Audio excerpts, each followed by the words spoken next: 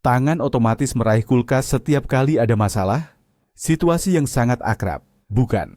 Anda tidak sendirian. Tapi, bagaimana jika saya beritahu bahwa kebiasaan melampiaskan stres dengan makan ini sebenarnya bukan salah Anda, melainkan jebakan kimia yang diciptakan otak Anda sendiri saat menghadapi masa-masa sulit? Dalam video ini, kita akan membahas kenapa kita begitu sulit menahan godaan makanan manis dan berlemak. Dan saya akan sebutkan 5 makanan menakjubkan yang benar-benar bisa menenangkan Anda tanpa rasa bersalah atau merusak bentuk tubuh. Pastikan Anda menonton sampai selesai, karena makanan kelima dalam daftar, kita tidak hanya akan meredakan saraf Anda, tapi juga secara signifikan meningkatkan fungsi otak Anda. Saya yakin Anda pasti akan terkejut. Sebelum kita bahas makanan-makanan penyelamat ini, mari kita pahami sebentar apa yang sebenarnya terjadi dalam tubuh kita. Ketika kita stres, kelenjar adrenal kita mulai aktif memproduksi hormon kortisol. Ini sering disebut sebagai hormon stres. Secara historis, kortisol diperlukan untuk memobilisasi semua energi kita agar siap untuk melawan atau lari. Dan untuk itu, tubuh butuh energi cepat. Otak mengirim sinyal. Butuh bahan bakar segera, yang paling tinggi kalorinya. Itu sebabnya kita sangat mendambakan kue, keripik, dan pizza. Saat kita mengonsumsi sesuatu yang manis atau berlemak, kita mendapatkan lonjakan cepat dopamin, hormon kesenangan. Kita merasa nyaman sebentar, dan otak pun mencatat, "Aha, cara ini berhasil." Begitulah terbentuknya lingkaran setan, stres, makanan tidak sehat, kelegaan sementara, rasa bersalah, dan stres yang makin parah. Tugas kita hari ini adalah memutus lingkaran ini dengan memberikan bahan bakar yang sehat kepada otak, yang memberinya apa yang sebenarnya dicari, ketenangan dan rasa aman. Baiklah, mari kita mulai dengan produk yang selama ini sering dianggap sebagai buah terlarang dan biang keladi utama rasa bersalah kita. Ya, ini adalah dark chocolate. Betul sekali, Anda tidak salah dengar, tapi sebelum Anda buru-buru ke toko, mencari batangan coklat susu besar yang penuh kacang dan karamel, mari kita pahami dulu detailnya. Kita hanya berbicara tentang dark chocolate berkualitas tinggi, di mana kandungan biji kakaonya minimal harus 70, atau bahkan lebih bagus lagi, 85%. Secara historis, kakao dihargai setara emas oleh peradaban Maya dan Aztec. Mereka menggunakannya dalam ritual dan sebagai obat, bukan sebagai hidangan penutup manis. Inilah pendekatan yang harus kita bangkitkan kembali. Kita harus berhenti menganggap coklat sebagai cemilan terlarang dan mulai melihatnya sebagai sumber nutrisi yang sangat padat. Papadudyatam. Dalam segmen berikutnya, kita akan membahas secara rinci komponen apa saja yang menjadikannya sekutu kita dalam melawan stres dan mengapa coklat susu sayangnya tidak termasuk kategori ini karena ia hanya menyisakan gula dan lemak. Rahasia utama coklat hitam terletak pada kandungan flavonoidnya yang tinggi, terutama epikatekin. Ini adalah antioksidan yang sangat kuat. Mari kita bayangkan, stres pada tubuh kita itu ibarat karat pada logam. Stres ini memicu apa yang disebut stres oksidatif, yang merusak sel-sel tubuh kita. Nah, disinilah peran flavonoid. Mereka adalah lapisan anti karat yang terbaik. Mereka bekerja menetralkan radikal bebas berbahaya, melindungi sel-sel tubuh dari kerusakan. Tapi tidak hanya itu saja. Penelitian ilmiah yang dipublikasikan dalam jurnal Journal of Proteome Research menunjukkan bahwa pada orang yang rutin mengonsumsi 40 gram coklat hitam setiap hari selama 2 minggu, kadar kortisol dan katekolamin, yaitu hormon pemicu stres, menurun secara signifikan. Flavonoid juga merangsang produksi oksida nitrat dalam tubuh. Ini mengakibatkan pelebaran pembuluh darah dan pada gilirannya membantu menurunkan tekanan darah yang sering meningkat saat kita sedang stres. Jadi, coklat ini bekerja di berbagai lini secara sekaligus, baik pada tingkat kimia maupun pada tingkat fisiologis. Selain kaya flavonoid, coklat hitam juga merupakan salah satu sumber makanan magnesium terbaik. Magnesium sendiri sering dijuluki sebagai elemen ketenangan atau relaksan alami. Kekurangan mineral ini dalam tubuh sangat erat kaitannya dengan peningkatan kecemasan, mudah marah, kejang otot, dan kualitas tidur yang buruk. Ketika kita mengalami stres, cadangan magnesium akan terkuras dengan cepat. Oleh karena itu, pengisian kembali asupan mineral ini menjadi sangat penting. Hanya dengan mengonsumsi 30 hingga 40 gram coklat hitam, Anda dapat memenuhi 15 hingga 20% kebutuhan harian mineral tersebut. Komponen menarik lainnya adalah theobromin. Ini adalah alkaloid yang efeknya mirip dengan kafein, tetapi jauh lebih ringan. Theobromine memberikan efek stimulasi ringan, meningkatkan suasana hati dan konsentrasi. Namun, ia tidak menyebabkan hiperstimulasi dan kecemasan, seperti yang sering terjadi setelah minum kopi pekat.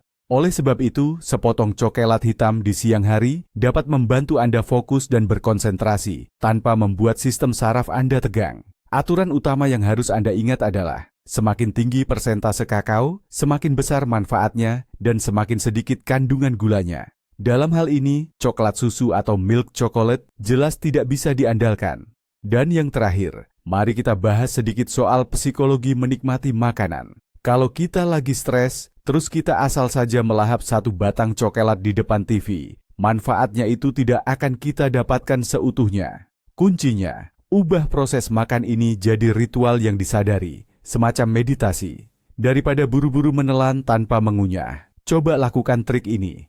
Ambil 1 atau 2 potong kecil saja. Pertama, coba amati permukaannya yang mengilap itu.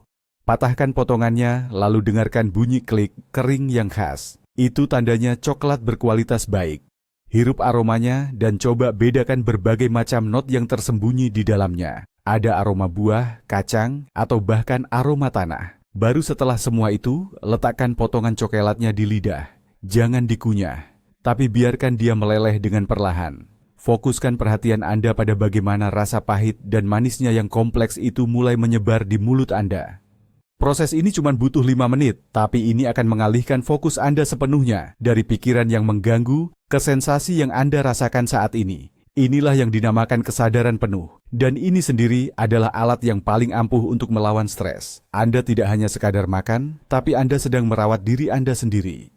Poin selanjutnya dalam daftar makanan anti-stres kita adalah buah beri yang berwarna cerah dan segar. Blueberry, strawberry, raspberry, cranberry. Alam telah menganugerahi kita dengan palet rasa dan manfaat yang luar biasa. Kita sering mendengar nasihat, makanlah pelangi. Dan ini bukan sekadar kata-kata indah.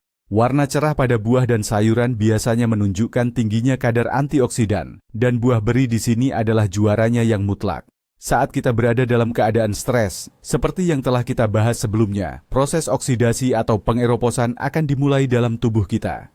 Berkat kandungan polifenol dan antosianin yang melimpah, buah beri berfungsi sebagai tim pembersih super yang mengumpulkan dan menetralkan radikal bebas tersebut. Anggap saja segenggam buah beri ini sebagai perisai pribadi Anda yang kecil, melindungi sel-sel tubuh, termasuk sel otak, dari dampak stres yang merusak. Wati bantu. Ini adalah cara yang lezat dan sangat mudah untuk memperkuat pertahanan internal tubuh, tanpa perlu menambah kalori berlebih, tidak seperti jika kita memilih kue atau permen. Mari kita bahas lebih detail tentang satu nutrisi spesifik yang sangat kaya pada buah beri, yaitu vitamin C. Kita mungkin terbiasa menganggapnya sebagai pencegah flu atau penguat daya tahan, padahal perannya dalam respons terhadap stres sangatlah vital. Kelenjar adrenal kita, yaitu kelenjar yang memproduksi hormon stres seperti adrenalin dan kortisol, mengandung konsentrasi vitamin C tertinggi di seluruh tubuh. Saat kita menghadapi situasi stres, baik itu akut maupun kronis, cadangan vitamin C ini akan terkuras dengan sangat cepat. Tubuh kita secara harfiah membakar vitamin C untuk mengatasi tekanan dan beban tersebut. Kekurangan vitamin ini justru membuat kita merasa semakin lemas, sangat kelelahan, dan lebih sulit mengelola stres. Sebuah studi dari ilmuwan Jerman menunjukkan bahwa orang yang mengonsumsi vitamin C sebelum menghadapi tugas yang memicu stres, seperti berbicara di depan umum, memiliki tekanan darah dan kadar kortisol yang lebih rendah dibandingkan kelompok kontrol. Hanya dengan 1 cangkir stroberi atau blueberry, Anda sudah bisa memenuhi kebutuhan harian vitamin C. Ini akan membantu kelenjar adrenal Anda bekerja lebih efisien dan mencegahnya cepat terkuras. Manfaat buah beri lainnya yang mungkin tidak langsung terlintas di pikiran, namun sangat krusial dalam melawan stres, adalah perannya dalam menstabilkan kadar gula darah. Coba ingat-ingat, apa yang terjadi saat Anda sedang stres dan buru-buru makan sebatang coklat? Awalnya, Anda mungkin merasakan lonjakan energi dan suasana hati membaik. Tapi, hanya berselang 1 jam, Anda akan mengalami kelelahan ekstrim, apati, dan hasrat yang lebih besar untuk makan manis lagi. Inilah yang kita sebut roller coaster gula darah, yang justru memperburuk kondisi emosional kita. Nah, buah beri Meskipun rasanya manis, mengandung serat dalam jumlah yang tinggi. Serat ini berfungsi memperlambat penyerapan gula ke dalam darah, sehingga memberikan energi yang naik secara perlahan dan stabil tanpa diikuti oleh penurunan drastis. Hal ini membantu kita terhindar dari serangan lapar yang mendadak dan juga mencegah perubahan suasana hati. Wipim. Kadar gula darah yang stabil adalah kunci utama untuk menjaga kestabilan emosi kita. Jadi, menjadikan segenggam buah beri sebagai camilan adalah keputusan yang sangat strategis. Ini tidak hanya membantu Anda saat itu juga, tapi juga dalam jangka panjang, mencegah Anda kembali kecanduan makanan manis. Akhirnya, mari kita bahas zat-zat yang memberikan warna biru, merah, dan ungu pekat pada buah beri. Zat-zat ini disebut antosianin. Ini bukan sekadar pewarna, melainkan senyawa bioaktif yang sangat kuat, dengan dampak positif yang terbukti bagi kesehatan otak. Berbagai penelitian menghubungkan konsumsi rutin makanan kaya antosianin dengan peningkatan fungsi kognitif, daya ingat, dan suasana hati.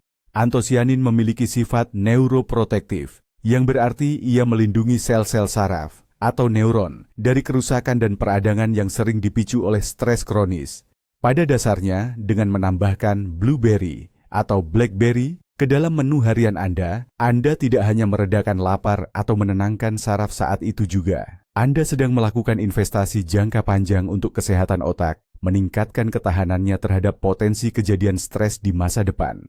Setuju kan? Ini adalah tindakan yang jauh lebih bermakna daripada sekadar pelarian emosi melalui makanan. Buah beri bisa dimakan segar, dibekukan, karena mereka hampir tidak kehilangan nutrisinya, atau ditambahkan ke dalam sereal, bubur, dan yogurt alami. Ini bisa jadi sarapan atau camilan anti-stres yang sempurna. Sekarang, mari kita bahas tentang makanan yang renyah. Biasanya saat dilanda stres, kita cenderung mencari makanan dengan tekstur kriuk seperti ini. Sensasi kriuk dari keripik atau camilan gurih mungkin secara alam bawah sadar membantu kita meredakan ketegangan. Tapi, kita punya alternatif yang jauh lebih sehat, yaitu kacang-kacangan dan biji-bijian. Almond, kenari, mete, pistachio, serta biji bunga matahari, biji labu, chia, dan rami. Ini adalah sumber nutrisi yang sangat padat bagi sistem saraf kita. Selama bertahun-tahun, kacang sering dianggap buruk karena kandungan kalorinya yang tinggi, sehingga banyak orang masih takut mengonsumsinya. Namun, saat ini, ilmu gizi telah memulihkan citranya. Mereka membuktikan bahwa lemak yang terkandung di dalam kacang adalah asam lemak tak jenuh tunggal dan ganda yang baik, yang sangat vital untuk kesehatan otak dan jantung. Otak kita 60%-nya terdiri dari lemak, dan agar dapat berfungsi optimal, otak membutuhkan bahan baku yang tepat. Bahan baku inilah yang disediakan oleh kacang-kacangan dan biji-bijian dalam jumlah berlimpah. Mari kita bahas lebih dalam salah satu komponen kunci, asam lemak omega 3. Sumber utamanya yang sangat melimpah adalah kacang kenari, biji rami, dan biji chia. Asam lemak ini termasuk esensial, artinya tubuh kita tidak bisa memproduksinya sendiri dan harus didapatkan dari makanan yang kita konsumsi. Stres kronis sangat erat kaitannya dengan proses peradangan dalam tubuh, termasuk neuroinflamasi, yaitu peradangan di jaringan otak. Kondisi ini kini dianggap sebagai salah satu faktor kunci dalam perkembangan depresi dan gangguan kecemasan. Asam lemak omega 3 memiliki kemampuan antiinflamasi yang sangat kuat. Mereka membantu memadamkan api internal ini dengan cara menurunkan kadar penanda inflamasi. Konsumsi makanan kaya omega 3 secara teratur dapat membantu menstabilkan suasana hati, meningkatkan konsentrasi, dan menambah daya tahan terhadap stres. Tidak mengherankan jika bentuk kacang kenari sangat mirip dengan otak manusia. Ini adalah isyarat langsung dari alam mengenai manfaat utamanya. Selain kaya akan lemak sehat, kacang-kacangan dan biji-bijian ternyata merupakan sumber mineral penting, terutama magnesium dan seng, zinc. Kita sudah sering membahas peran penting magnesium sebagai elemen ketenangan atau mineral anti-stres. Dan kabar baiknya, kacang-kacangan seperti almond dan mete adalah sumber yang luar biasa untuk mendapatkan magnesium ini. Namun, mari kita pasangkan magnesium ini dengan seng atau zinc. Mikronutrien satu ini memegang peran kunci dalam mengatur fungsi neurotransmitter, termasuk serotonin dan dopamin, yang merupakan pengendali utama suasana hati kita. Kekurangan seng seringkali ditemukan pada mereka yang berjuang melawan depresi. Oleh karena itu, memastikan asupan seng yang cukup dapat membantu meningkatkan kondisi emosional mereka secara signifikan. Contohnya, biji labu atau pumpkin seeds adalah salah satu sumber seng nabati terbaik yang bisa Anda konsumsi. Jadi, ketika Anda mengonsumsi segenggam campuran kacang dan biji-bijian, Anda tidak hanya memberikan kalori pada otak Anda sedang memberikan seluruh paket instrumen penting, lemak sehat, magnesium, seng, dan vitamin B yang dibutuhkan otak untuk mensintesis molekul kebahagiaan dan menjaga stabilitas emosional. Ini bukan sekadar camilan biasa. Ini adalah dukungan nutrisi yang ditargetkan untuk menopang kinerja optimal sistem saraf Anda. Sekarang, kita bahas poin paling krusial soal kacang-kacangan, pengendalian porsi. Ya, kacang memang sangat menyehatkan, tapi kalori mereka juga sangat tinggi. Disinilah letak jebakan utamanya. Sangat gampang sekali tanpa sadar menghabiskan satu bungkus penuh kacang pistachio dan tanpa sengaja memenuhi seluruh kebutuhan kalori harian Anda. Karena itu, aturan nomor 1, jangan pernah makan kacang langsung dari kemasannya. Ambil takaran porsi Anda, lalu segera singkirkan bungkusnya.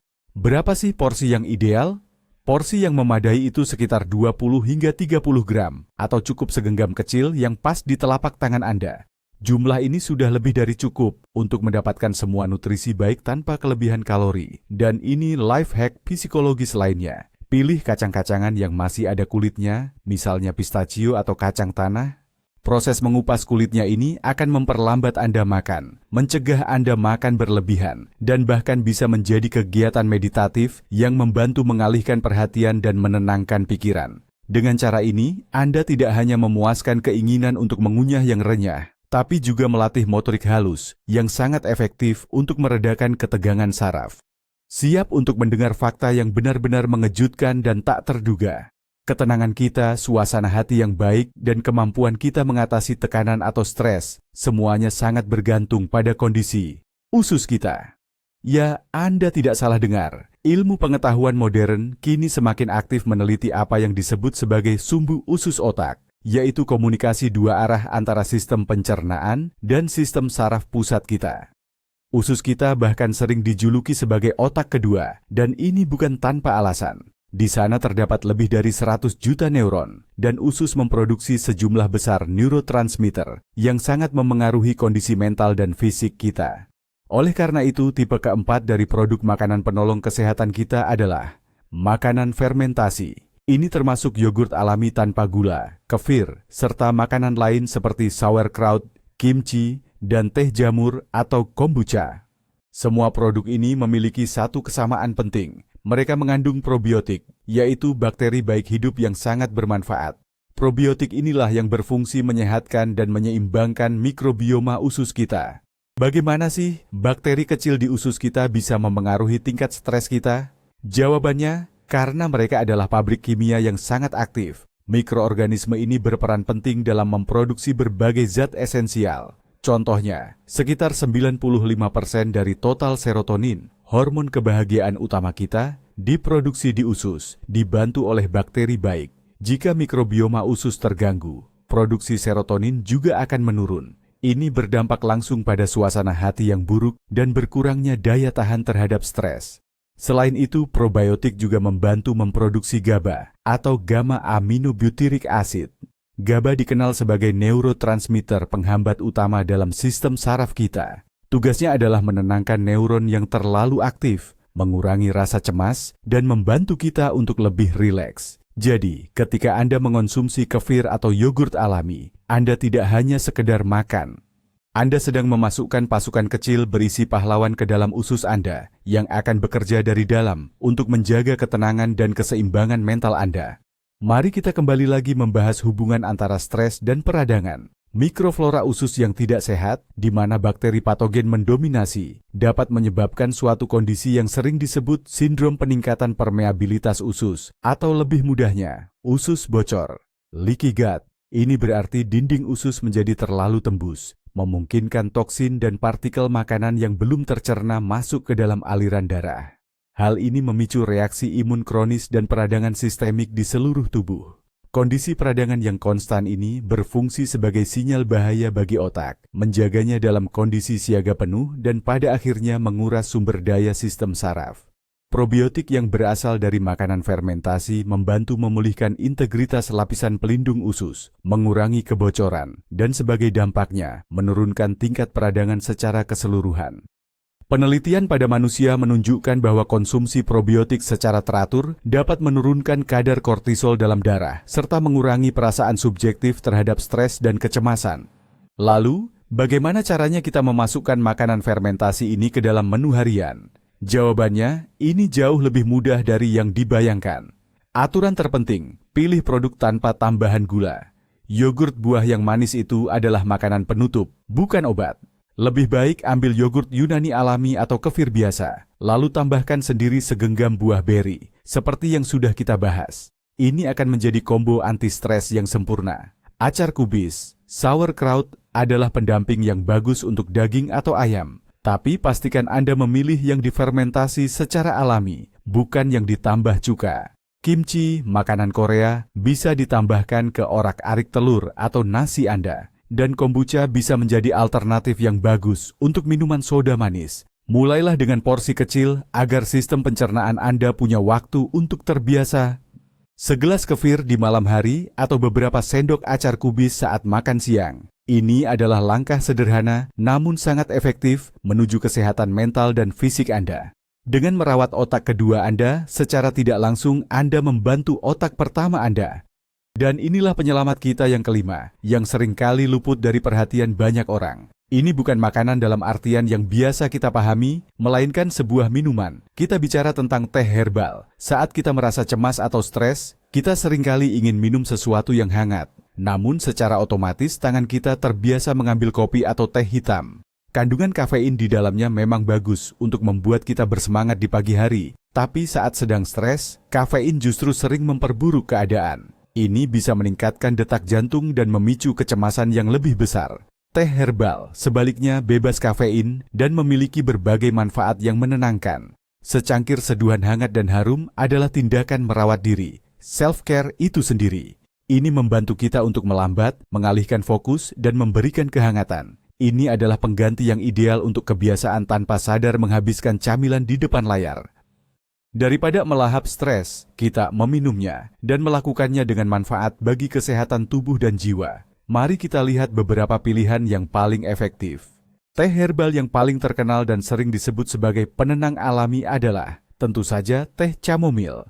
Khasiatnya untuk meredakan stres dan meningkatkan kualitas tidur sudah diakui selama berabad-abad, dan ilmu pengetahuan modern pun membenarkan efektivitasnya. Rahasia di balik efektivitas chamomile terletak pada antioksidan yang disebut apigenin.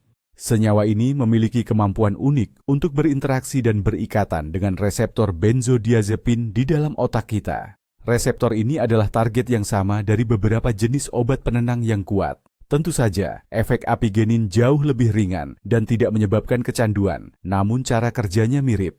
Apigenin membantu mengurangi kecemasan, mengendurkan ketegangan otot, dan memudahkan kita untuk terlelap. Pilihan lain yang sangat baik adalah teh peppermint atau teh mint. Kandungan mentol di dalam daun mint dikenal sebagai relaksan otot alami atau myorelaksan.